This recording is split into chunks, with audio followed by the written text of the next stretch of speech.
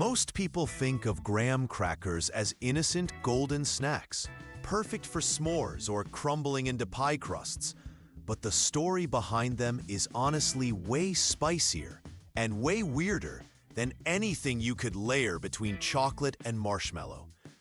These seemingly basic crackers weren't invented for pleasure. In fact, their whole reason for existing was to suppress pleasure. Specifically, a certain kind the inventor thought was ruining society. So how did a bland, crunchy cookie become ground zero for a battle over sin and self-control? Grab a seat. This ride goes places you won't see coming.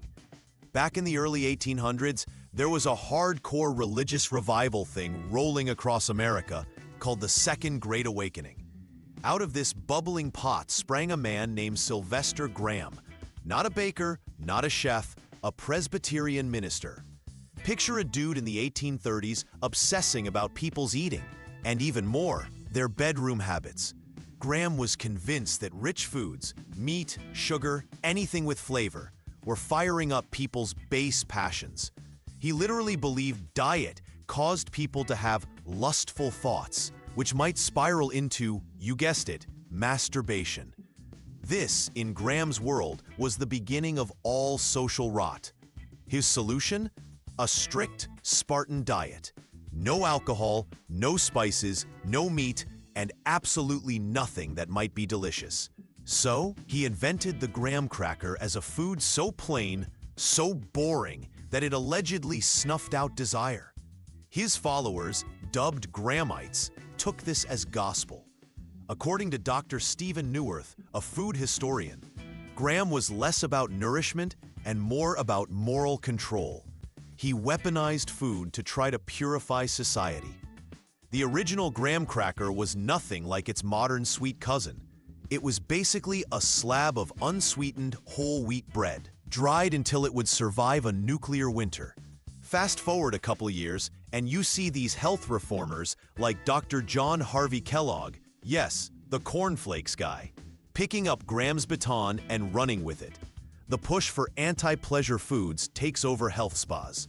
What's wild is how these wild-eyed reformers all end up obsessed with stopping people from, well, touching themselves. Their biggest weapon? Bad breakfast. If that sounds painfully absurd, just wait, because by the late 1800s, capitalism comes knocking. Big food companies start mass-producing graham crackers, but here's the twist.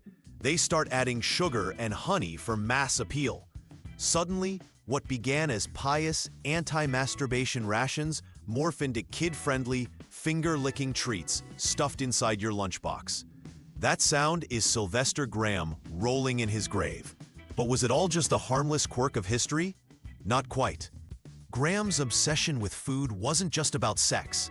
It was tangled with ideas about moral purity, social class, and even eugenics, as these movements got picked up by more radical reformers. Crackers, cornflakes, bland cereals, these became signals of being civilized, fueling the idea that self-denial made people superior, which, let's be honest, is just a nice way to judge poor people who couldn't afford proper food or didn't follow the same rules. Mind-bending, right? Quick checkpoint. So far, we've seen graham crackers used as society's weird defense against desire, hijacked by food moguls, and baked into a puritanical vision of America. And yet, today, people just want to make s'mores and move on with their lives. Talk about missed connections. Here's the part that really gets me. For all his preachy efforts, Graham only lived to be about 57. His followers' utopian communities fizzled out. But the anti-pleasure, flavorless eating cults he inspired wound up fundamentally reshaping how America thinks about health food. Our obsession with restrictive diets, miracle grains, and guilt-free snacks? Honestly, you can trace some of that neurosis straight back to Sylvester Graham's breadboard. If you love seeing how tiny tweaks topple empires, tap subscribe so you never miss the next domino. Today's graham cracker, drenched in cinnamon sugar or glued to gooey marshmallows, is basically a cosmic joke on its inventor. A weird little taste of rebellion and pleasure he fought so hard to stamp out. So the next time you crunch down on one, just know, you're snacking on a relic of America's long, awkward struggle with desire, guilt, and of all things,